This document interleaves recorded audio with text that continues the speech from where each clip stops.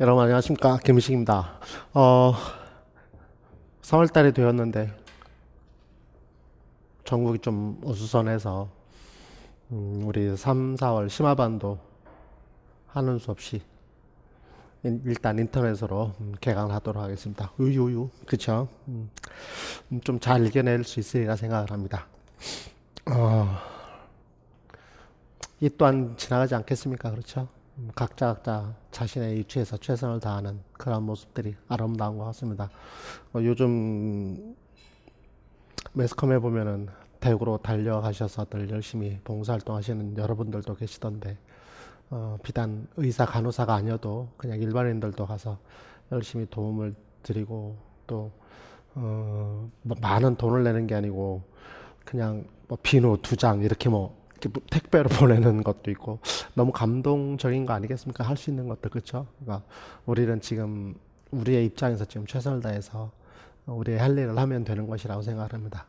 그래서 원래 저번 주에 개강을 했어야 되는데 일주 제가 그 휴강을 했는데 미뤘는데 학원에서도 연락이 오고 그래서 결국 오늘 하게 되었습니다. 아무튼 우리는 지금 우리가 있는 위치에서 최선을 다해서 우리의 일들을 한번 해보도록 힘을 내고 한번 해보도록 하겠습니다.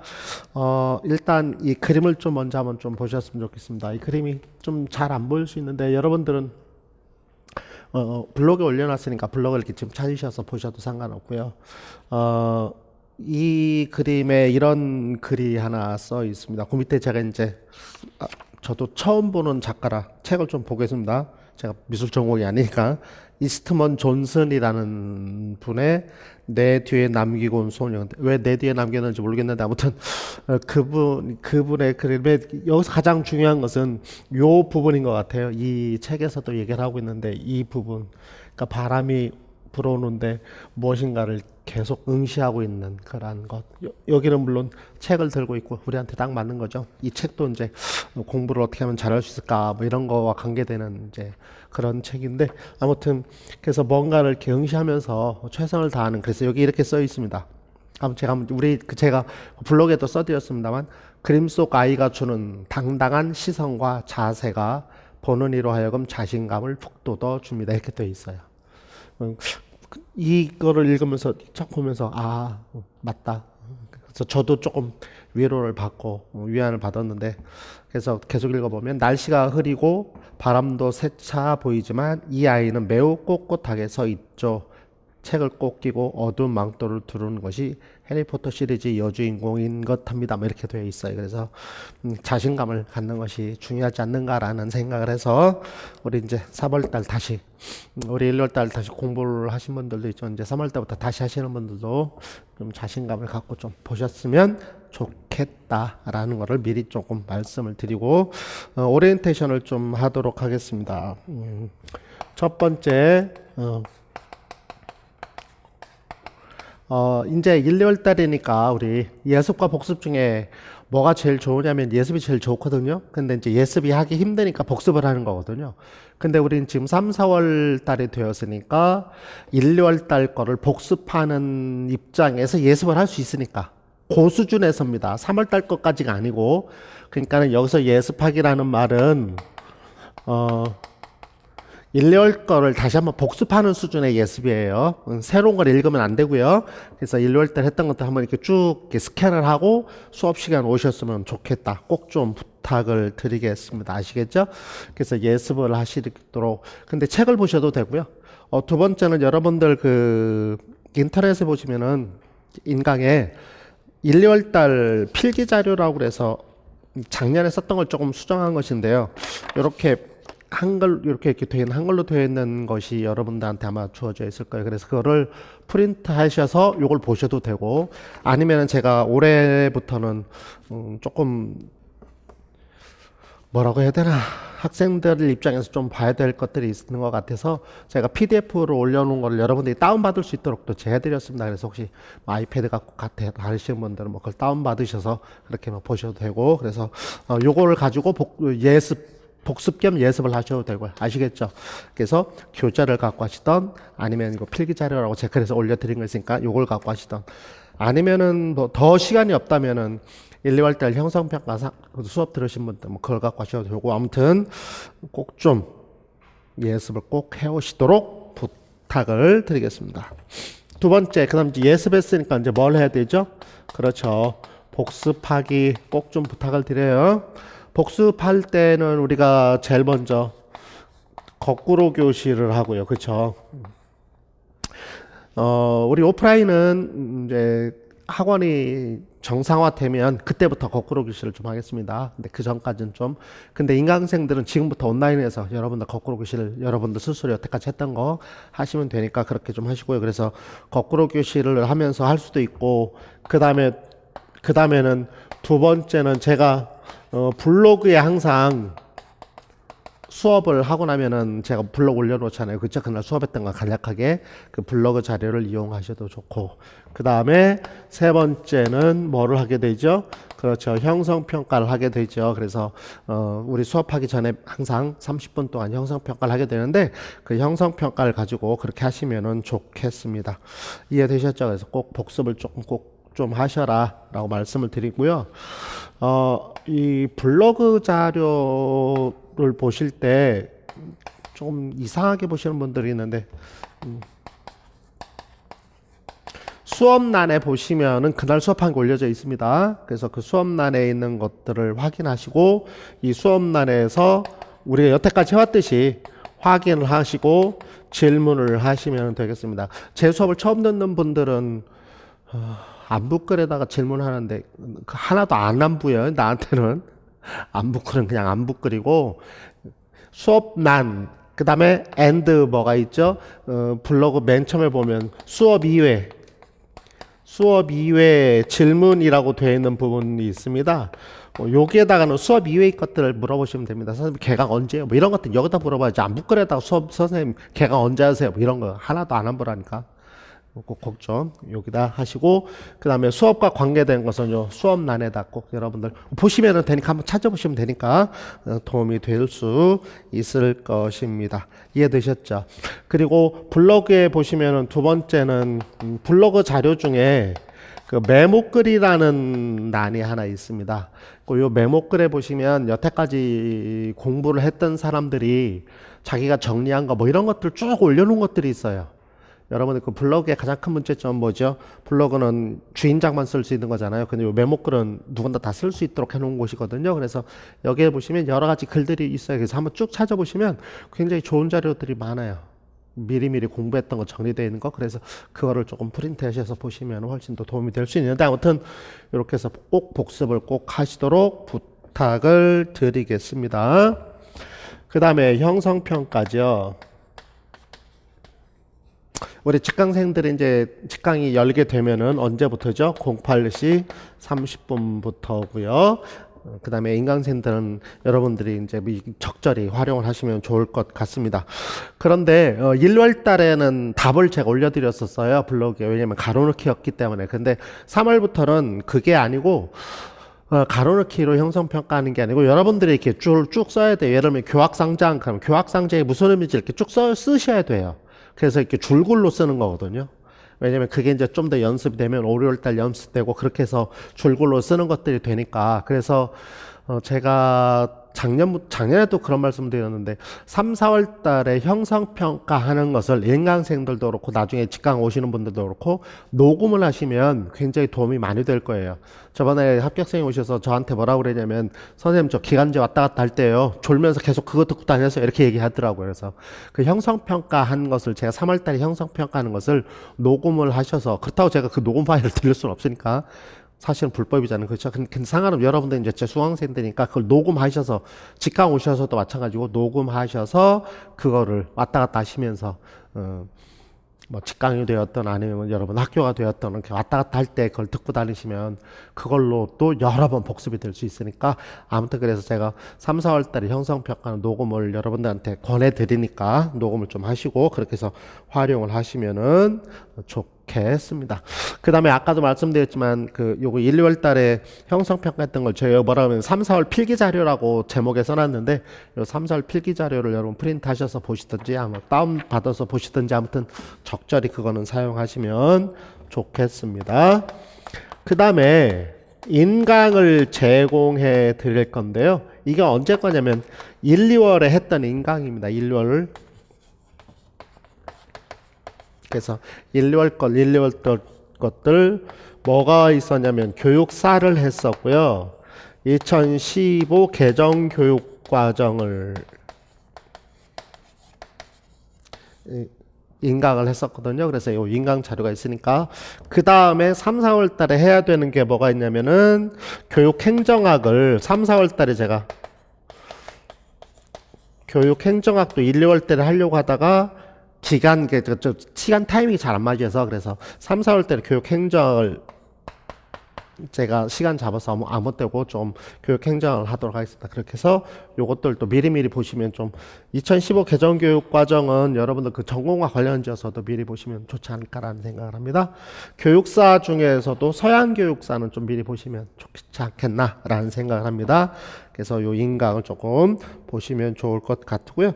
그 다음에 시간이 좀 지나면은 지금 제 생각입니다. 그 교육 평가 통계 이쪽이 조금 어려워하시는 분들이 많으셔서 그 1, 2월 달 거를 안 듣고 3, 4월에 교육 평가 통계 연구 이쪽 들으면요.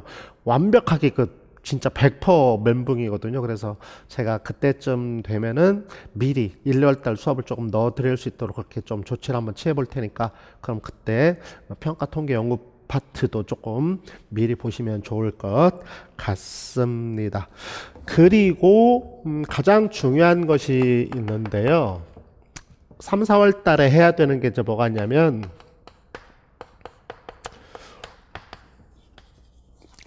이런 말들을 많이 할 거예요. 제가 ET, 팁, 논술 이제 무슨 말이냐면 이 ET의 개념은 우리가 교사이기 때문에 여러분들이 지금 교사가 되기 위해서 공부를 하고 계시는 거잖아요. 그렇죠? 그래서 교사가 되기 위해서 교사 중에서도 김인식이 요구하고 있는 ET의 개념으로 어떻게 해야 정말로 진짜 교사가 될 수 있는지를 한번 생각해 봐야 되는 것이 있지 않겠냐 그 말이에요. 그래서 제가 이런 것들을 말씀드릴 거예요.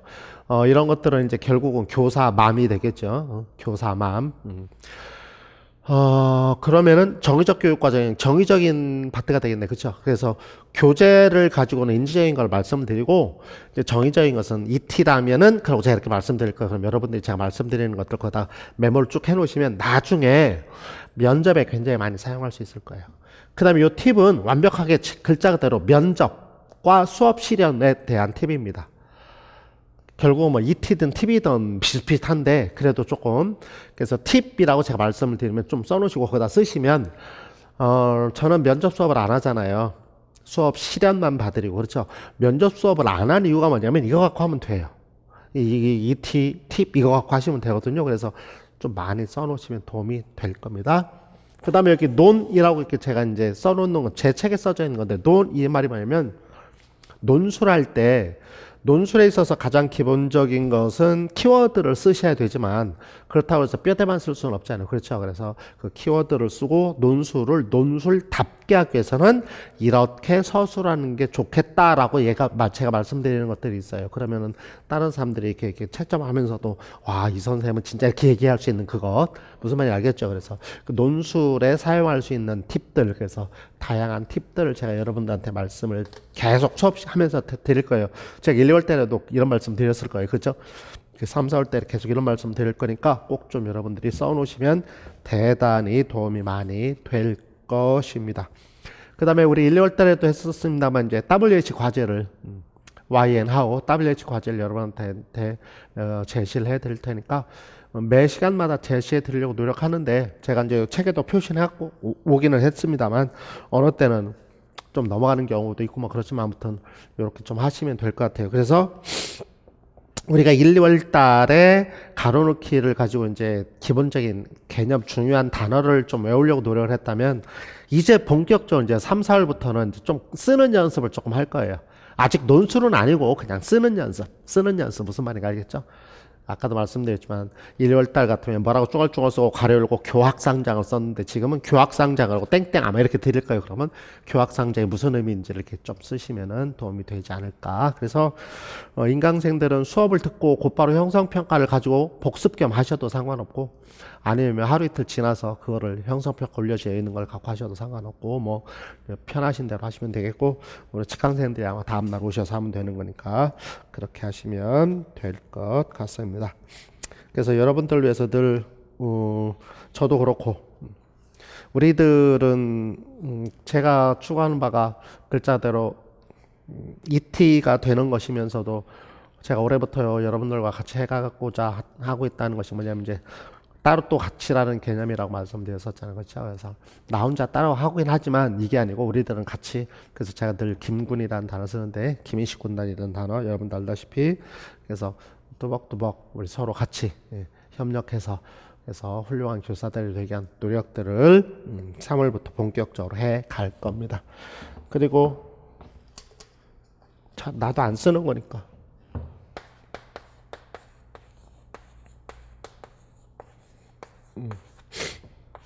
제 한라인 전화번호입니다. 저도 이 전화번호를 못 외웠죠. 봐야 돼요. 제가 쓰는 게 아니니까. 제가 원래 쓰는 전화는 일반적으로 쓰는 거고, 요 전화는 여러분들과 관계되어서 여러분들이 급한 일이 있으실 때 저한테 이쪽으로 질문하지 마시고요. 질문 사절 질문해놓고 왜 답 안 해줘 이렇게 얘기하지 마세요. 질문은 전부 다 어디? 블로그. 우리 온라인에 우리 이제 현장에서 수업하고 블로그를 사용하고, 여러분들이 예를 들면은 인강을 듣고 블로그를 사용하고, 어떻게 보면 블렌디드니까 블로그를 꼭 사용하시면 되니까 굉장히 활성화가 잘 돼 있어요. 제 블로그 맨날 대회 되려고 맨날 온다니까. 한 달에 200만 원씩 드릴게요. 뭐 광고 좀 올려주세요. 이딴 거 저는 맨날 노노해요. 노노. 왜 우리 것이 얼마나 중요한데, 그렇지? 그래서 요거, 그리고 여기 톡을 하지 마세요. 무슨 말이냐면, 제 핸드폰 하나 가지고 두 개 갖고 다니는 게 아니고, 하나 가지고 원폰, 투폰을 쓰는데 투폰에 톡은 안 올라와요. 원폰으로 볼 때는. 문자는 그래도 오는데, 그래서 특별하게 문제가 있을 때, 급할 때 요거를 사용하시면 글자 그대로 그렇게 하시면 될 것 같습니다. 저도 여러분들 위해서 늘 기도하고 있으니까 여러분들도 저를 위해서 늘 기도해 주시고, 여러분들이 너무 저에 대해서 염려를 많이 해 주셔서 선생님 좀 건강하세요. 건강해요. 저 건강한데 기침을 조금 자주 해서 그렇지 1336 그건 아니고 1339인가 그건 아니고 말을 많이 하다 보니까 그렇긴 한데, 아무튼 우리 또 3월 달도 해야 될 게 이제 굉장히 많아요. 1, 2월 달하고는 전혀 달라요. 그래서 3월부터는 조금 마음을 좀 독하게 먹고 우리 그렇게 한번 해 가보도록 하겠습니다. 네. 자, 1장 가도록 하겠습니다. 자, 어디를 보시느냐면 맨 처음을 보셔야 되겠지 뭐, 그치? 맨 처음이 어디냐면 교육의 개념 그렇게 되어 있는 부분이 아니고 그 앞에, 무슨 뜻이냐면 우리 1, 2월 달에는 수업을 하고 맨 앞에 부분을 봤잖아요. 거시적인 걸.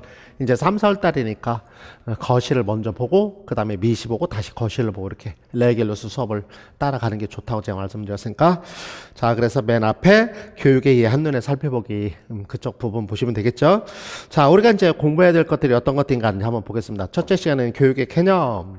교육이란 뭐냐?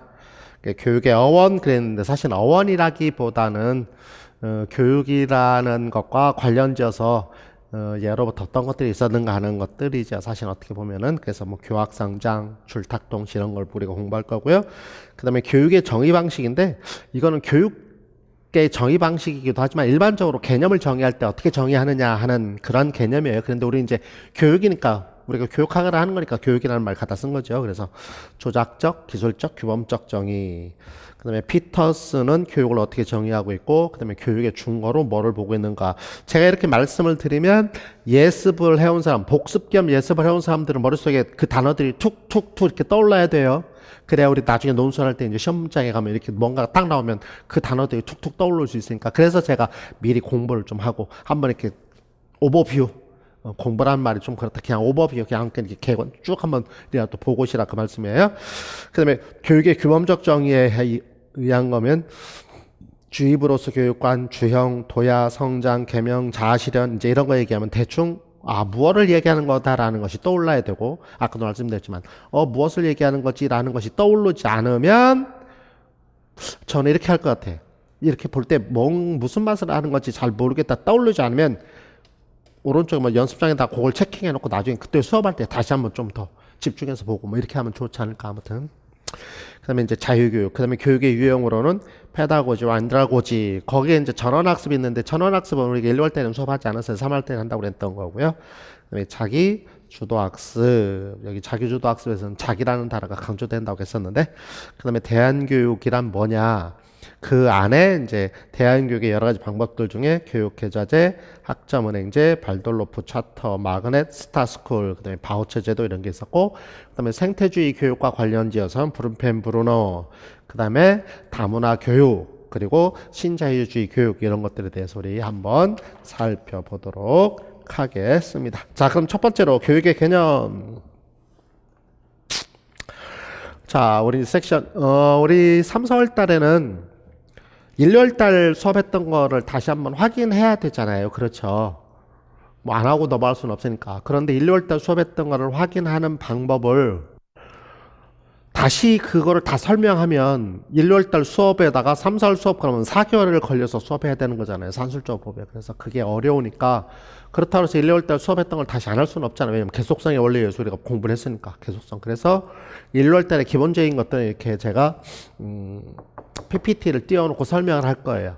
그래서 이 PPT에 띄워놓는 것들이 여러분들이 보시면 다 아는 것들을 제가 다시 한번 확인하려고 그러는 거고, 혹시라도 인간생이든 뭐 나중에 이제 직강 듣는 분이시든 제 수업을 안 들으셨던 분들이 3, 4월 수업을 듣는 분이 계실 수 있는데, 그런 분들은 아까 제가 말씀드렸지만 그 필기 노트 자료라는 거를 프린트 하셔서 그거를 참조하시면 굉장히 도움이 많이 될 거예요.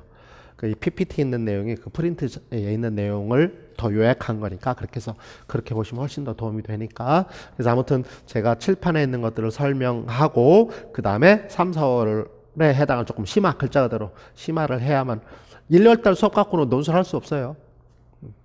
객관식이면 할 수 있을지도 몰라요. 객관식이면. 근데 이건 객관식이 아니니까 그래서 우리가 3, 4월 달 심화를 하는 거니까. 그래서 제가 여기 3, 4가 가르고 여러분도 알다시피 10주 노량진에서 10주 수업하는 사람 저밖에 없어요. 그래서 5, 6월 달은 6주 하고요. 합하면 이제 똑같지만 그래도 5, 6월보다는 지금 3, 4월 훨씬 더 중요하기 때문에 그렇게 제가 작년에 수업하는데 막 너무 힘들었어요. 직강생 여러분들도 그렇고 저도 그렇고 해야 될 양이 너무 많으니까 막 맨날 헉헉헉거리면서 2시 넘게까지 수업하고 막 그럼 뭐 다 다운되고 막 그렇게 되는데, 그래서 조금 여유를 갖고 하려고 제가 그래서 이렇게 해놨으니까 좀 보면서 제가 설명을 드릴 테니까. 그래서 아무튼 이해되셨죠? 자, 그래서 자, 첫 번째 교육의 어원, 우리 거기 나와 있네요. 교육의 어원. 처음에 자, 교학상장 글자 그대로 가르치고 배우는 것. 그래서 이렇게 교사도 가르치면서 배우는 게 굉장히 중요한 개념 중에 하나예요. 사실은 여기 교사도 가르치면서 배움이라는 말은 제가 이제 이따 말씀드린 그 ET의 개념으로 우리가 들여다봐야 되는 것이고, 교학상장은 가르치고, 그렇죠? 배우면서 글자 그대로 서로 상자, 성장할 장자. 그래서 서로 성장이라는 뜻을 교학상장. 학교에 가면 교학상자라는 말 굉장히 많이 써요. 교학상장이라는 단어 선생님들도 굉장히 많이 사용하시는 거니까. 그래서 교학상장이라는 단어. 그래서 교육 어원, 아까도 말씀드렸지만 어원이라고 보기는 좀 그렇지만 어원은 사실은 맹자의 말에서부터 나오는 것인데 그거보다는 그 어원을 보는 것보다 이렇게 보는 게 훨씬 더 우리가 논술과 관련돼서 그래서 이렇게 말씀드리고 있는데, 그래서 교학상장이 이렇다. 여기서 이제 굉장히 중요한 게 있다고 또 말씀드리지만 교사도 결국은 늘 배워야 된다는 거잖아요. 언제 배움이라니까 언제 끝나겠어요? 죽을 때 끝나겠죠, 그렇죠? 죽을 때 끝나는 거죠. 그러니까 우리도 교사들도 늘 학생들과. 그 다음에 줄탁동시라는 말은 줄과 탁이 동시에라는 말인데 밖에서 쪼고 안에서 쪼고 이런 개념이에요. 그래서 부화가 병아리가 부화가 될 때 병아리도 밖으로 나가려고 달걀을 쪼을 때 거기에 맞춰서 어머니 닭도 같이 쪼아주는, 그래서 여기 나와 있는 사제 간의 상호 작용이라는 개념. 그래서 이거를 한자로 쓰면 사제 동행 이런 단어를 써요. 학교에서 굉장히 많이 쓰는 단어예요. 사제 동행이라는 단어. 그래서 이런 것들과 관련져서 이제 우리가 좀 더 살펴보도록 하겠습니다. 자, 교재를 보시죠. 자, 이렇게 보고 이제 교재를 가지고 조금 더 자세히 설명드린다 그 말이에요. 그러니까 지금 제가 저기서 칠판에서 PPT를 띄워놓은 거는 보다, 그렇죠, 1, 2월 달에 수업을 했던 기본적인 개념을 다시 하고 조금 더 깊이 들여다본다 그 말입니다. 이해되셨죠? 자, 교학상자 한번 볼까요? 유래. 거기 써 있어요. 유래를 한번 볼게요. 좋은 안주가 있다고 하더라도 먹어보아야만 그 맛을 알 수 있다. 당연한 가격에서 또한 지극한 진리가 있다고 해도 배우지 않으면 왜 좋은지 모른다. 이 책에 너무나 많은 진리들이 있는데 배우지 않으면 안 되는 거니까. 그래서 따라서 배워본 이후에 자기의 부족함을 알 수 있고 가르친 이후에 비로소 어려움을 알게 된다. 그래서 배우면서도 내가 모르는 게 있다는 걸 느끼고 가르치면서도 내가 모르는 게 있다는 걸 느낀다 그 뜻이에요. 네. 근데 정말로 그래요. 가르치다 보면은요, 고백, 김인식의 고백. 가르치다 보면, 이거는 내가 100% 퍼펙트하게 아는 것이 아닌 것 같아 라는 그 느낌이, 쎄한 느낌이 있어요. 그럼 어떻게 되죠? 그거에 대해서 다시 한번 생각하게 되죠. 3, 4월 달이니까 조금 이렇게 얘기하면 뭔지 아세요? 이렇게 얘기하는 사람이 누구인지 아세요? 있어요. 가르치다 보면 내가 모르는 게 무엇이 모르는지를 알아서 그걸 다시 한번 탐구하게 되는데, 그래서 알게 되는데, 그게 누구냐면 비고치기예요. 그게 제파디예요. 내가 가르치다 보면 모르는 게, 내 스스로 모르는 게 생겨. 그러니까 나 스스로 제파디를 발견하는 거야. 아무튼 거기까지만 갈 건 없고, 그래서 개념해 보시면 1번에 뭐라고 되어 있어요? 이거죠. 교학상장 문자 그대로 요걸 알고 계셔야죠. 서로 가르치고 배우면서 성장한다. 그래서 교학상장 그럼 뭐라고 툭 나와야 돼? 가르치고 배우면서 서로 성장. 그래서 교사는 가르치기만 하고 학생은 배우기만 하는 상호관계가 아니라 교사도 여기 나와 있죠. 그치? 교사도 학생을 가르치면서 성장하는 것이다. 그래서 이번에 학문이 아무리 깊다고 해도 가르쳐 보면 자신이 미처 알지 못하는 부분이 적지 않으면 알 수 있다. 그래서 스승은 아무 데나 쓸 수 없는 단어잖아. 그렇죠? 스승은 부족한 것을 더 공부하여 제자에게 익히게 하며 제자는 스승의 가르침을 받아야 된다. 결국은 여기서 제가 지금 말씀드린 하나, 결국 교학상장에 의하면 교사들도 늘 공부하고 있어야 된다. 그 말이에요. 정말. 제가 예전에 논문 하나 썼던 적이 있어요. 교사와 학원 강사의 수업 질 비교라는 거. 제가 이제 전공이 그 평가 중에 그 수업 평가를 했었으니까 논문을 썼는데, 학원 선생님들이 더 잘 가르쳐. 이러면 안 되잖아. 왜? 지금으로 보면은, 어떻게 보면은 학교 선생님들은 열심히 해갖고 이별고 협계해갖고 가시는 분들이고, 어떻게 보면 좀 말이 좀 그렇긴 하지만 학원 선생님들은 아닐 수도 있잖아. 그렇지?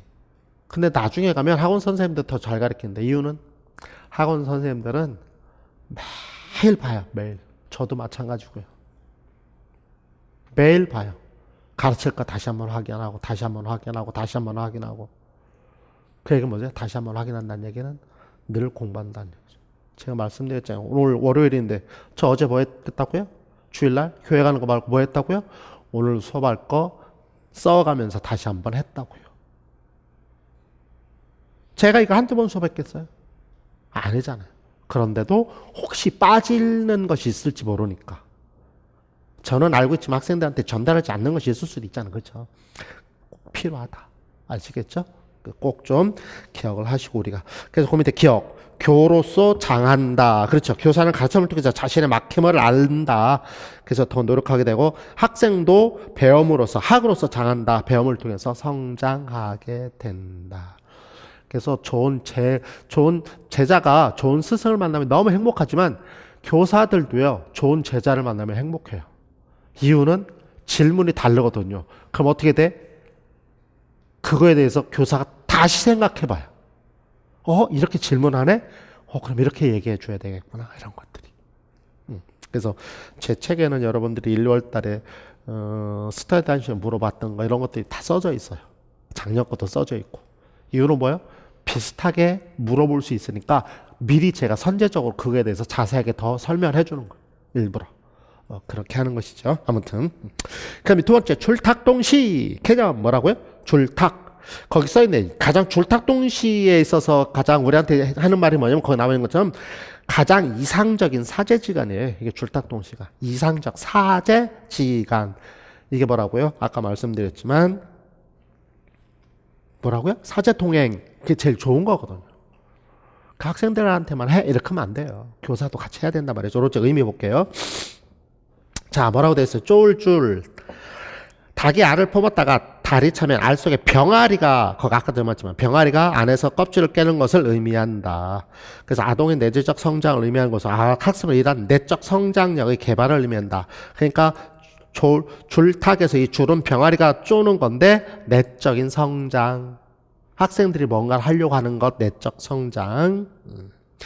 두 번째, 쫄탁. 알 속의 병아리가 안에서 껍질을 쪼아댈 때 어미닭이 그 소리를 듣고 밖에서 마주 쪼아 껍질을 깨뜨리는 것이다. 이를 교육관과 교사의 교도훈련성.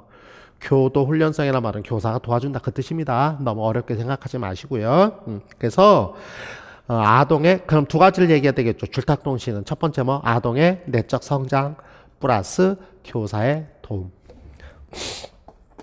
그래서 줄탁동시는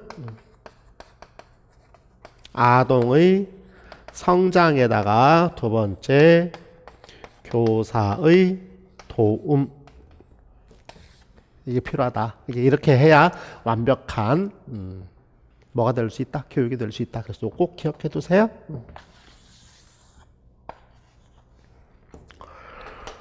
아동의 성장, 교사의 도움. 저도 여기다 써놔야 되겠다.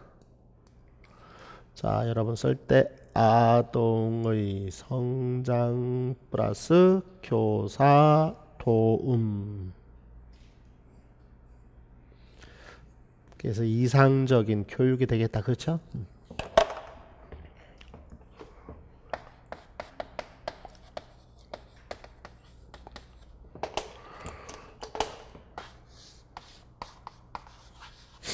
그래서 이것도 여러분들 나중에 논술할 면접 같은 거 할 때 굉장히 중요한 팁으로 사용될 수 있어요. 알겠죠? 자, 그러기 위해서 이제 우리가 여기서 그냥 넘어가면 안 되고, 그럼 이트가 되기 위해서는 어떤 것들이 필요하냐, 이거와 관계되면 이트 것은 결국은 여기 한번 보세요. 아동의 성장. 그럼 예를 들면 병아리가 이쪽을 이렇게 이만큼 에서 이쪽을 쪼고 있는데 교사가 이쪽에다가 대놓고서는 망치질해서 될 일이 아니잖아. 그렇죠? 그래서 병아리가 이쪽을 쪼고 있다면, 안에서 이쪽을 쪼고 있다면 결국은 교사도 같은 곳을 쪼아야 도움을 줄 수 있겠죠. 그렇죠? 그럼 여기서 우리는 어떤 ET의 팁, ET의 마음을 하나 발견해낼 수 있을까요? 그렇죠. 같은 곳이라는 게 중요한 거죠. 같은 곳을 쪼아야 돼요. 결국 같은 곳을 쫀다는 말은 결국 무엇을 얘기할까요? 제가 수업 시간에 늘 얘기했던 것 중에 하나, 눈높이 교육이에요. 눈높이 교육. 그러니까 눈높이 교육이 그만큼 필요해요. 학생들이 원하는 게 무엇이냐. 그 눈높이 교육이에요. 비스 가서 눈높이만 있는 게 아니고 수업에도 눈높이가 있어야 돼요. 아시겠죠? 좀 줄 필요가 있겠다. 그래서 동시 얘기할 필요 없겠죠? 동시. 그래서 동시는 글자도 동시니까 그래서 맨 마지막에 뭐라고 하죠? 동시의 셋째 줄에 즉 모든 생명은 그 혼자만일 것이 아니라 타인과의 관계 속에서 자신의 삶을 형성해 가는 거. 우리 지금 따가뚜까 하는 거지. 따로 또 같이. 학생은 따로, 교사 따로지만 사실은 같이 무언가를 만들어 가야 되는 것. 관계 속에서. 무슨 말인가 이해되셨죠? 그런 삶을 좀 봐야 되지 않겠느냐 하는 것입니다. 자, 두 번째 교육의 정의 방식. 교육의 정의. 자,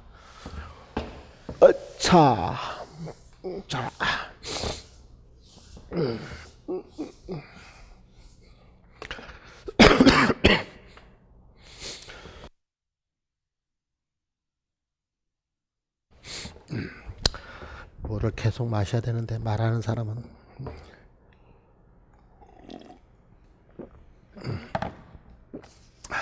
말 안 해도 물 마셔야 되는데 말하는 사람 물을 더 많이 해. 여러분 선생님 되면 막 목 굉장히 많이 탈 거예요. 여러분들도 빨리 한 잔 마시세요. 자, 교육 첫 번째 조작적 정의. 조작이라는 단어가 뭐죠? 그렇죠. 손으로 주물럭거리는 거. 어디에서 봤어, 우리? 어디에서? 삐아제. 전 조작기. 조작. 손으로 주물럭거리는 거 말이야. 그 손으로 주물럭거려서 뭐 하려고 하는 거냐면 명확히 하려는 거죠. 조작적 정의라고 그래요. 그래서 오퍼레이셔널 데피니션이란 말은 누가 봐도 눈으로 정확하게 이해할 수 있는 것. 그런데 사실은 이따 말씀드리겠습니다만 이 조작적 정의는 어디에서 쓰느냐면 우리 논술에 이게 이거 갖고 시험에 나올 건 아닌데 이게 어디에 사용하느냐면 얘도 아니고 어디에 사용되느냐면 모르셔도 상관없어요. 모르시면 그냥 넘어가세요. 1월 달에 공부하신 분들 자. 제가 선생님 저는 1월 달에 공부했는데 모르겠어요. 그냥 넘어가셔도 돼요. 1월 때 공부할 거면 지금 다 기억하고 있어. 뭐 인간이 뭐 어떻게 살아. 그렇죠? 상관없어요. 그리고 제 수업을 지금 처음 듣는 분이 혹시 계시면은 그런 얘기하면 이게 뭐야? 슬퍼하거나 노여워할 필요 없고 나중에 다시 나올 건데 이런 게 있다는 거라면 그렇게 하면 그러니까 그런 거 들어봐서 그러면 돼요. 그래서 조작적 정의는 사실은 연구법에서 그 내적 타당성이라는 게 있거든요. 그 내적 타당성과 관련지어서만 사용하는 단어예요. 그래서 언제 사용하는 거예요? 연구에 사용을 해요. 연구할 때. 그래서 조작적으로 정의를 하면 명확해지니까 내적 타당성도 높아져요. 그래서 논문을 쓸 때는 항상 개념을 조작적으로 정의를 해야 돼요. 사회성? 그럼 사회성이 사람마다 다 다르잖아요. 얘기할 수 있는 게 그렇죠? 그래서 나는 사회성을 A라 그런다. 그럼 누가 내 논문을 봐도 다 그걸 얘기하는 거구나. 다 이해가 되니까 그렇게 하는 걸 조작적 정의. 그 다음에 이제 규범적 정의가 이게 중요한 것이죠. 사실은 우리는 이걸 갖고 공부를 할 건데 규범이라는 말은 뭐예요? 규범은 가치와 도덕이니까 그렇죠? 그래서 가치를 내포하고 있는 거. 그래서 교육이 가치를 내포하고 있는 개념. 자, 교재를 한번 보겠습니다. 자, 교육의 정의 방식 첫 번째 조작적 정의. 아까도 말씀드렸지만 그래서 개념의 동그라미 2번 보세요. 예컨대 온도. 우리 사람들은 온도에 민감해. 온도에 따라서 어떻게 돼? 그럼 그 온도를 뭘로 볼 거냐 그 말이에요. 우리가 대충 온도 그러면 그래 섭씨 어쩌고 저쩌고 이렇게 얘기는 하지만 명확하게 얘기가 안 되니까 이렇게 얘기한다는 거죠. 온도를 수은지에 나타난 눈금. 그럼 명확하잖아. 누가 봤든지 그렇죠? 더 명확하려면 수은주 중에 섭씨로 볼 거냐 화씨로 볼 거냐 또 써놓으면 완벽해. 그럼 온도라는 말에 대해서 누구든 새로운 말을 하지 않을까 말이죠. 그렇지. 이렇게는 그래서 온도는 원래 눈에 보이지 않지만 조작적으로 하면 눈에 보일 수 있도록 명확해진다. 그래서 1번에 무엇을 조작적으로 정의한다는 것은 관찰되는 사태를 정의한 한 부분에 포함된 관찰할 수 없는 대상을 어떻게 볼 수 있게 그래서 눈에 그냥 보일 수 있게 이렇게 손으로 주물럭거려서 이런 거 이렇게 얘기해 주는 거 이해되셨죠? 그래서 이제 의의 보시면 거기 써있죠. 조작적 정의 때문에 하나의 활동이 교육인지의 여부는 전적으로 의도하는 인간 행동의 변화가 실제로 관찰되느냐. 교육으로 얘기했을 때 의의예요. 교육은 뭐죠?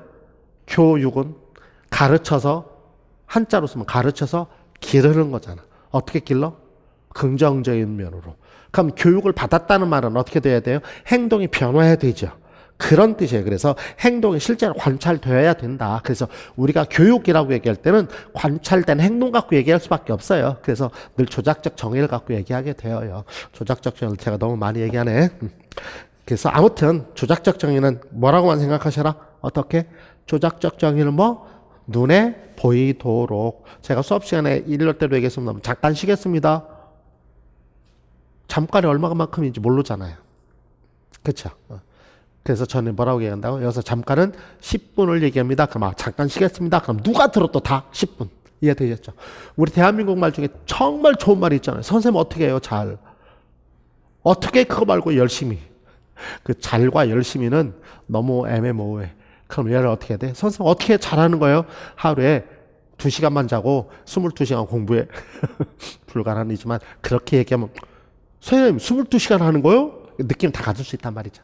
이해되셨죠? 그렇게 얘기하는 거를 의미하는 거니까 나중에 조작적 정의는 이제 여러분들이 나중에 대학원을 가시고 그러면 공부를 하게 될 필요한 개념이니까 자 아무튼 그렇게 하고 넘어가겠습니다. 두 번째 기술적 정의.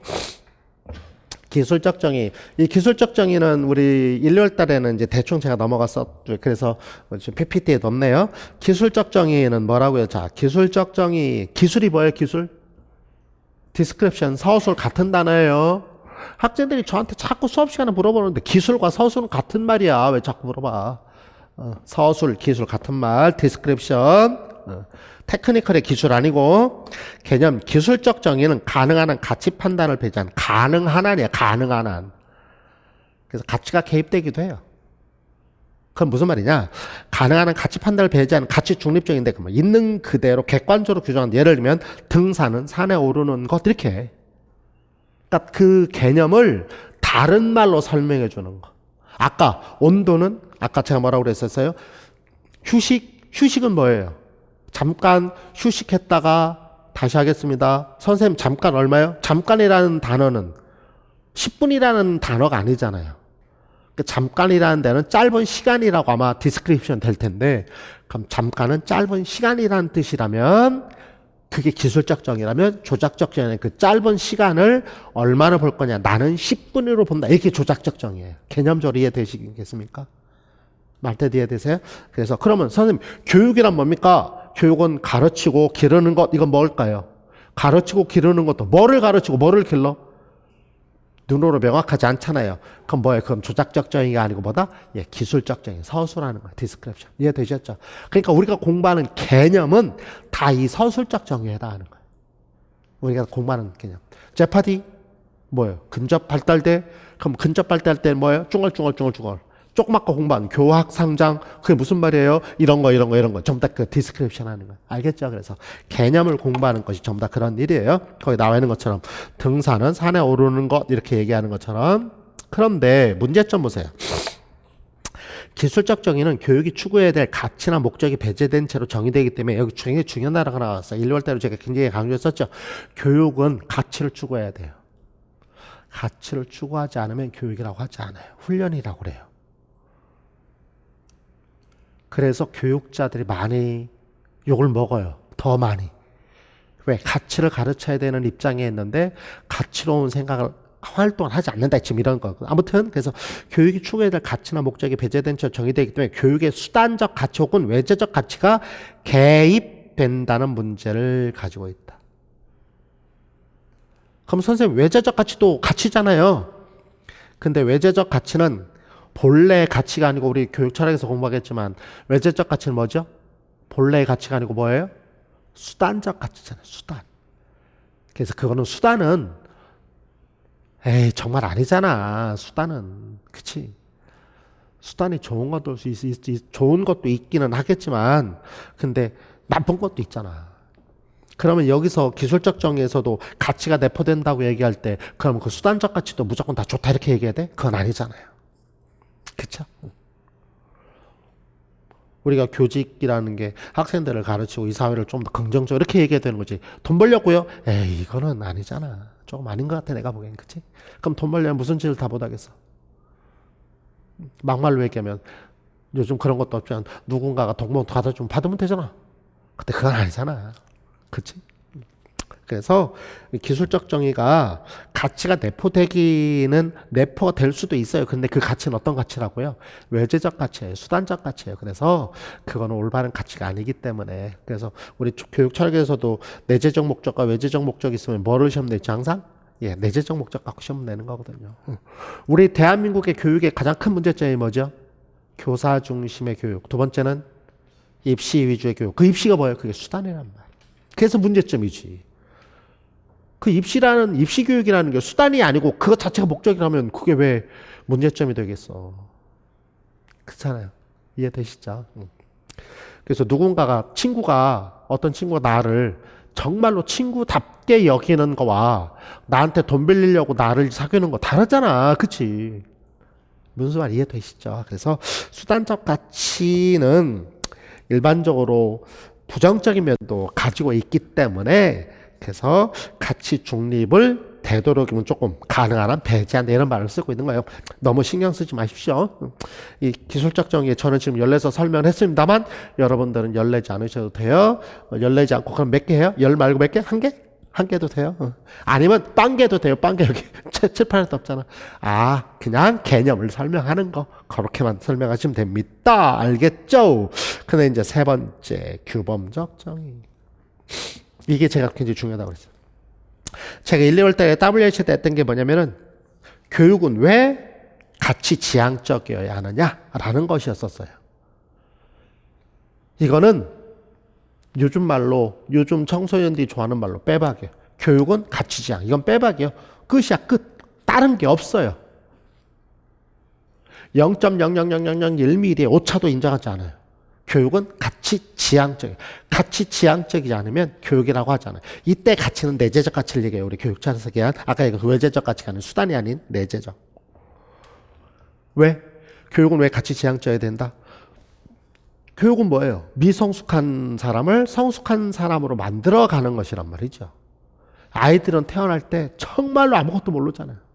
물론 애들보다 못한 어른도 있긴 하지만 그걸 어떻게 되는 거예요? 인간답게 만들어가는 것. 그게 교육이잖아요. 그렇잖아요. 인간답게 만들기 위해서 여러분들의 전공이라는 교과를 수단으로 해서 인간답게 만들어가는 거잖아요. 교과를 강조하면 그 교과 자체가 목적이 되면 그게 입시 위주잖아. 그렇죠? 그게 아니고 그거를 가지고 인간이 되어가는 것. 아까도 말씀드렸죠. 인간이 되어가는 것은 평생 해도 못할 일입니다. 그렇죠? 죽을 때까지 하다가 가는 것이겠죠. 저도 마찬가지고. 그래서 교육은 왜 가치 지향적이게 되느냐 하는 것들은 결국은 미성숙한 아이들을 성숙한 사람으로 만들기 위한 것이니까 나이 먹는다고 성숙이 아니잖아. 그렇죠? 그래서 그렇게 만들어야 되니까 규범을 가져야 돼요. 가치를 가져야 돼요. 그런데 그렇다면 여기서 이제 여러분 꼭 기억하실 것 뭐를 꼭 기억해놔? 늘 ET 늘 교육은 가치 지향적이어야 한다. 조금 더 가면 교육적 활동이라고 얘기할 수 있는 것은 다시 말하면 교사인 내가 무엇인가를 애들한테 얘기할 때 그 하는 행위가 가치 지향적이지 않으면 교육이 아니에요. 그럼 어떻게 돼? 하면 안 된다. 그래서 교육이라는 현장 속에서는 가치가 내포되지 않으면 절대 안 돼요. 절대. 그래서 저는 선생님들이 좀 정치적인 걸 싫어해요. 선생님들이 수업 시간에 들어서 정치적인 얘기들을 하시면 그게 가치 지향성하고는 좀 거리가 멀어지거든요. 좀 싫어하긴 하는데 아무튼 자 그래서 그 개념 써져 있고요. 그래서 동네 가로 3번 보세요. 대표적인 예가 뭐가 있느냐면 교육에 관한 규범적 정의 대표적인 예는 피터스에서 찾아볼 수 있다. 그 오른쪽 페이지에는 그 피터스 우리가 공부했던 그 사람이에요. 그래서 피터스에서 찾아볼 수 있는데 가장 대표적인 게 뭐냐면 이제 내재적 가치예요. 그래서 뭐 이걸 외울 필요까지는 없고 그래서 오른쪽에 이제 피터스를 보겠습니다. 왜냐하면 왜 피터스가 규범적 정의의 대표적인 사람이 된다고요? 자 칠판을 한번 보시죠. 그 다음 피터스. 자 우리 여러분들도 알다시피 자 준거가 뭐라고요? 피터스는 교육의 준거로 몇 개를 얘기했다고? 3개를 얘기했어요. 근데 준거는 뭐라고요? 기준이에요. 글자대로 예 기준. 그럼 OX의 판단 기준이 되는 걸 뭐라 그런다? 준거라 그런다. 예를 들면 뭐가 있을까요? 우리가 알고 있는 거 있잖아요.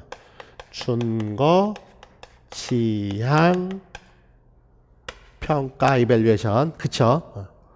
그럼 뭐가 준거가 되는 거죠? 그렇죠. 목표죠. 목표. 절대평가 얘기하는 거잖아요. 그렇죠?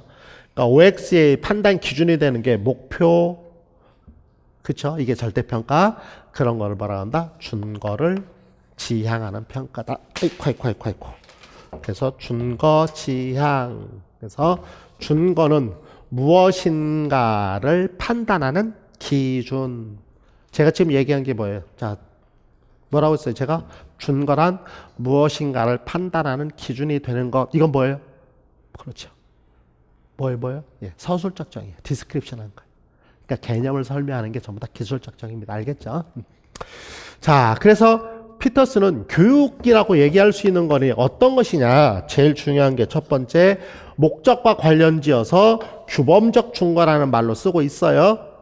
요거는 요렇게 목적과 관련지어서 규범적 중거라고 쓰고 있는데 여기 나와 있잖아요. 규범. 그럼 뭐라고요? 목적은 어디에 있어야 된다고요? 같이 지향적이 된다. 아까 규범이잖아요. 그래서 왼쪽 페이지에 그 규범적 정의의 대표적인 예가 피터스가 있다는 말이 그 말이에요. 그래서 피터스는 교육을 규범적이지 않으면 교육이라고 하지 않는다. 훈련이라고 해요. 훈련. 그러니까 여기서 규범은 어떤 거? 예, 아까도 말씀드렸지만 외제적인 게 아니고 어떤 거? 내재적인 거. 그 다음에 두 번째, 내용과 관련지어서는 뭐라고 얘기한다고요? 인지적 중거. 그래서 지식, 인지적인 거니까. 근데 제가 수업 시간에 늘 강조하지만 여러분 저번에도 얘기했습니다만 지식과 이해에서 머무르면 안 되고 어디까지 와야 된다? 인지적 안목까지 와야 된다. 그래서 단순한 지식이 아니라 그 지식을 가지고 세상을 볼 수 있는 눈, 이걸 인지적 안목이라고 얘기를 하죠. 그래서 세상을 볼 수 있는 눈은 인지적 안목은 많은 지식들이 있어야 그 안목이 생겨요. 우리가 얘기하는 거. 아, 참 저 사람 저 안목이 좋아. 이렇게 얘기하는 거 그렇죠. 저는 땅에 대해서 몰라요. 부동산을 전공한 사람이 아니니까. 그래서 땅을 보면 그냥 땅이에요. 근데 그 부동산을 전공하신 분들은 땅을 보는 순간 안목이 생기겠지. 여기다가 투자를 하면 떼돈을 벌겠다 뭐 이런 거. 근데 저는 그냥 땅은 땅. 무슨 말인지 알겠죠? 그래서 그분들은 얘기해야 되잖아. 여기 땅을 사야 돼 말아야 돼? 그분들한테 물어봐야 되잖아. 안목이 있으니까. 저한테 물어보시면 뭐 네 맘대로 해. 저는 그렇죠? 모르니까. 그러나 저는 교육에 대한 안목은 있어요. 왜? 교육에 대한 지식과 이해력이 있으니까. 이해되셨죠? 그런 것들이죠. 그래서 인지적 용. 그럼 여기 요거 보니까 이따가도 얘기했습니다. 인지적 중거를 얘기하니까 이것만 외우고 계시면 되는데 여기에 보니까는 조금 정의적인 것이 조금 소홀하다는 면이 좀 있어요. 그쵸?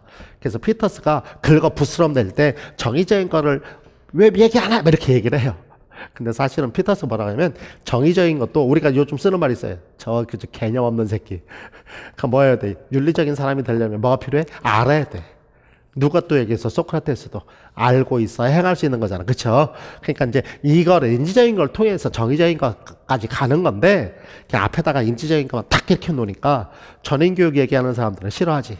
왜? 그게 다 어우러져야 되는데 피터스 앞에 있는 거니까 좀 그런 문제점이 있기는 합니다만 이거는 뭐 신경 쓰지 않으셔도 돼요. 선생님 그러면 이제 나중에 논술 혹시 나오면 이 정의적인 게 소홀했다 이런 거 꼭 써야 돼요? 생각나면 쓰고요. 안 생각나면 안 해도 돼요. 이게 중요한 거 아니니까. 그렇다는 거 이해되셨죠? 그 다음에 여기 나와 있는 것처럼 방법과 관련지어서는 뭐라고 얘기했나? 프로세스, 과정적 중거라 그런다. 그럼 어떤 프로세스가 이루어져야 된다고요? 여기 써져 있어요. 학습자의 의식, 자발성. 지금 뭐예요? 학습자. 교사 중심이 아니에요. 그럼 무슨 말이 교사 중심이면 교육이 아니다 그 말입니다. 교사 중심이 아니에요.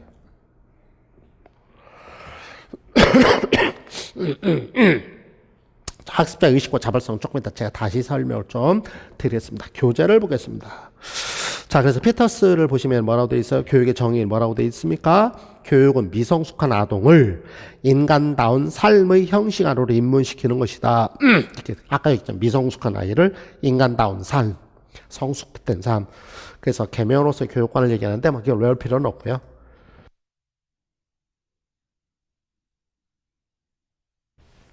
객관식 같으면 계명으로서 교육을 외워야 되는데 이거 외울 필요는 없어요. 우리는 이게 중요한 건 아니니까. 그래서 거의 이제 교육의 준거 아까도 말씀드렸죠. 그럼 요 일단 거기다 좀 써놓은 요 교육의 준거 자체가 이티가 되어야 되는 근간이에요. 이 교육의 준거 자체가. 아 이거는 너무 중요해요. 교육이 뭐냐? 기본 전제는 뭐라고 할까? 가치 지향적이 된다고 했어요. 그 두 번째는 학생들에게 단순한 지식만 가르치는 게 아니고 뭐또 인지적 안목까지 가르치려고 해야 돼 교사가. 저 인지적 안목을 알기 위해서는 지식의 형식이라는 걸 얘기하게 되고요. 피터스의 제자 허스트라는 사람이 있는데 그 인지적 안목과 관계된 단어를 지식의 형식이라고 얘기하고 요거는 브루너는 지식의 구조라고 얘기하는 거예요. 같은 거예요. 사실은 말을 달리할 뿐. 그래서 어떤 예전에 객관식 문제를 보면 어려울 때는 이제 객관식 보겠지만 거기 보면 지식의 형식 이런 단어도 있어요. 그 지식의 형식은 뭐하고 같은 말? 예. 피터스는 인지적 안목이라고 그랬고 그거를 브루너는 지식의 구조 이렇게 같은 말들이에요. 아무튼 그래서 이 인지적인 안목까지 길러야 된다. 그 다음에 세 번째는 교사 중심의 수업이 아니라 학생 중심의 수업이 되어야 한다. 그렇다면 거기다 꼭 좀 써놓으세요. 그 준거 자체가 이해가 되는 것이라고 말씀을 드렸고, 이 준거 자체가 결국 뭐가 되는 거예요? 예, 면접의 팁이어야 돼요. 이거 자체가 면접의 팁이에요. 그럼 어떤 팁? 이거 자체가 어떤 팁? 그렇죠. 교사가 저는요 이렇게 하겠습니다라는 기준이 돼야 돼.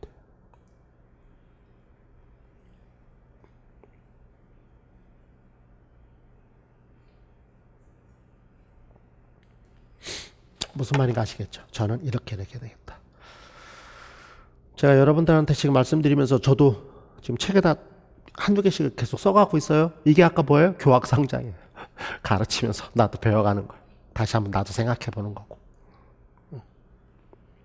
여러분들한테 설명드리기 위해서 미리 써놓은 것들이 있어요. 작년부터 또 얘기하고 있는데 더 이제 플러스 되어가는 거지. 또 얘기하다 보면 저도 똑같이. 그래서 이거 자체가 팁이에요.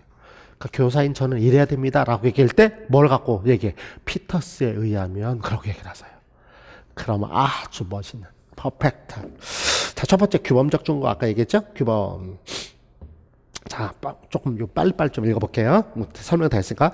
교육은 가치 있는 활동이나 과정과 관련해서 교육을 받으면 이전보다 더 좋은 방향으로 나아간 것이다. 아까 얘기했죠? 더 좋은 방향. 가치 지향적. 꼭 이거 어마어마한 거라니까 이게. 가치 지향적. 교육받은 사람이란 내재적 가치가 예컨대 정확하고 우아하고 지혜롭고 정의롭고 우정 이런 것 같은 것들을 얘기하는 거다. 돈 많은 게 아니다 그 말이야.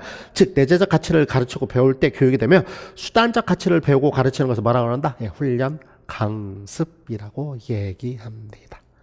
아셨죠? 훈련. 두 번째 인지적 준거 거기 써 있어요. 교육 내용. 1번 피터스는 가치들 중에서 인지적인 것을 중요시했다. 인지적 가치들 중에서 그가 주목한 건 지식 이해 그리고 인지적 안목이었다. 인지적 안목은 거의 써 있어요. 뭐라고요? 교육받은 사람에게 필수적인 가치다. 인지적 안목이란 넓은 시야, 즉 지식 분야 영역의 관계를 바라볼 수 있는 능력을 의미한다. 따라서 인지적 안목에 결여된 과학자는 교육받은 사람이 아니라 훈련받은 과학자이다. 즉 인지적 안목이 없으면 지식만 있으면 뭐라고요? 훈련이다 그 말이에요. 아시겠죠?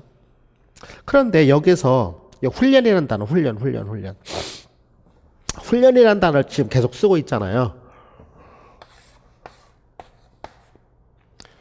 이것들과 배치될 때 뭐라고 얘기하면 피터슨 훈련이라는 단어를 써요. 교육이 아니다. 이런 것들과 배치되면 훈련이다 라고 얘기를 해요. 훈련이라고 얘기를 하는데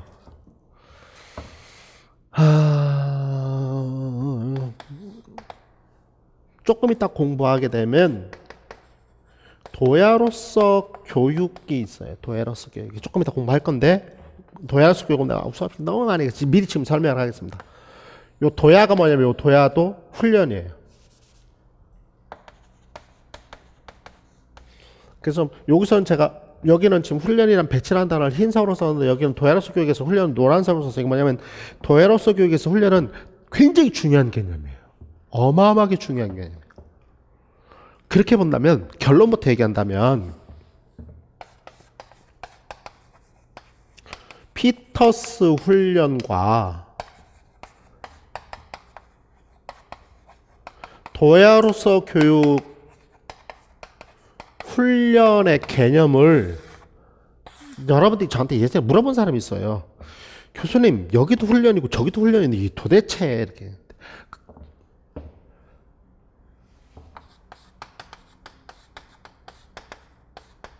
가치 지향성과 곡시 첫 번째로 얘기해 본다면 피터스 훈련은 X고 도야로서 훈련은 동그라미예요. 다시 말하면 피터스가 얘기한 훈련은 조금 부정적 차원에서 얘기한 훈련이에요. 그래서 피터스가 훈련이라고 얘기할 때는 뭐만 올바른 거고 여기 나와 있는 교육은 올바른 건데 이 교육과 훈련을 비교해야 되는데 여기서 나와는 이 준거들이 다 맞아 떨어지면 피터스는 교육이라고 그러고 이 준거들에서 떨어져 나가면 훈련이라고 얘기를 해요.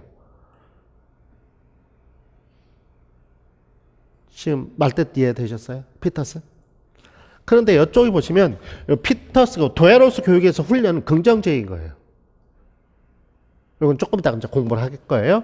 그럼 피터스가 얘기하는 훈련은 얘는 뭐냐면 명사형이에요. 명사형. 명사예요. 훈련이라는 개념이. 근데 도에로스 교육에서 훈련은 동사예요. 동사. 그렇다는 얘기는 뭐지? 예를 들면 이런 훈련을 통해 여러분도 알다시피 도에로스 교육은 조금 이따 다시 한번 하겠습니다만 훈련을 통해 뭐 하는 거죠?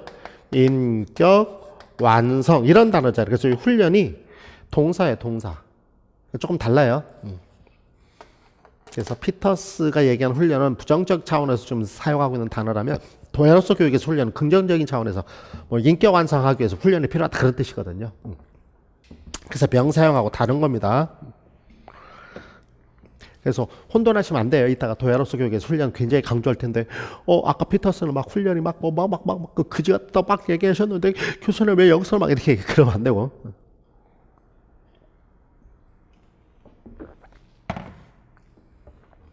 조금 다릅니다. 이해되셨죠? 자, 아무튼 그래서 훈련받은 과학자, 그러니까는 교육받은 과학자는 좋은 의미인데 훈련받은 과학자는 별로 안 좋은 의미다 그 말이겠지, 그렇지? 피터스 얘기한다면 교육 과정에 준 거 뭐라고 돼 있어요? 학습자의 의식. 거기다 좀 써보세요. 학습자의 의식은 이걸 위해서는 교사는 뭘 해야 돼요? 목표를 제시해 줘야 되고요. 자발성을 위해서는 동기를 유발시켜 줘야 돼요.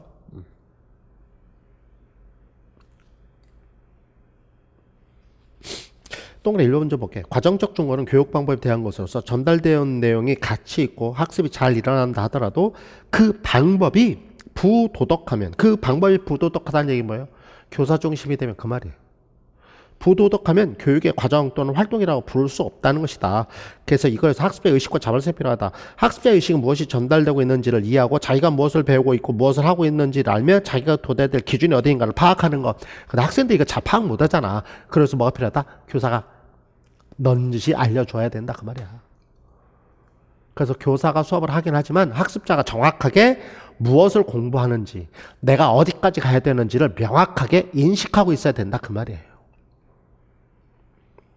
두 번째, 또한 교육은 학습자의 자발성과 의도성을 존중하는 것이다. 의도성과 자발성을 무시하는 강제적 수업은 교육이라고 할 수 없다. 자, 하나 물어볼게요. 칠판 좀 잠깐 보실까요? 여기 보세요. 인지적 중거예요.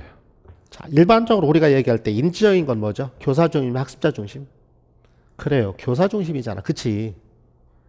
인지적인 것은 이거 교사 중심이에요. 일반적으로 얘기할 때.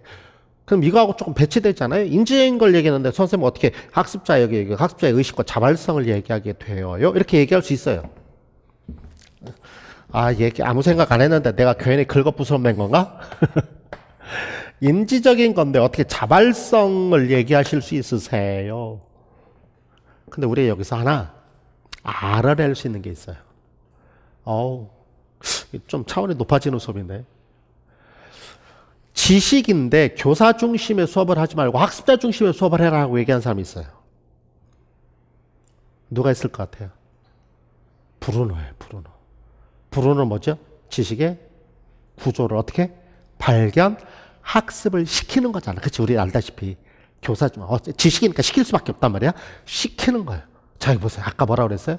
인지적 안목이 뭐하고 비슷하다고요? 개념이 브루노의 지식의 구조하고 같아요. 같은 개념이에요.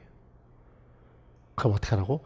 인지적 안목까지 갈 수 있도록 학습자의 자발성이 필요하다. 그 말이에요. 이거 얘기하면 여기 보세요. 지식 그러면 자발성 필요 없어요. 지식만 얘기하면. 외워, 이시, 이렇게 욕 한마디 하면 되잖아.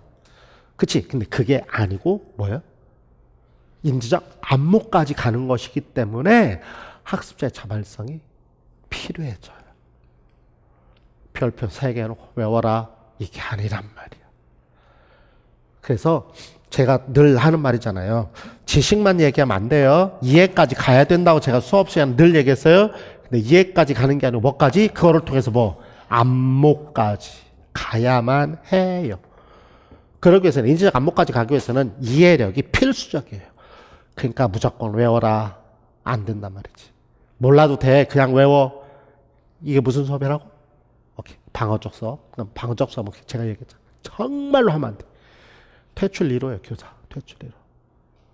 근데 수업 하는데도 방어적 수업을 해.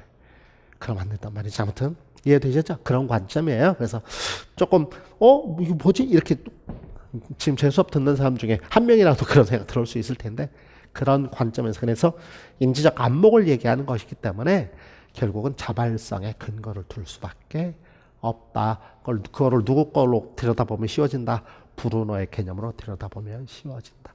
그래서 브루너가 제가 얘기하잖아요. 브루너 나쁜 놈인데 그치? 제가 얘기했잖아요. 맨날 사기꾼이라고.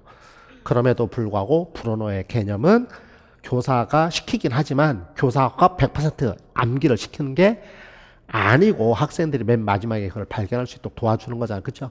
그런 관점으로 학습자의 자발성을 같이 얘기하면 좋겠습니다.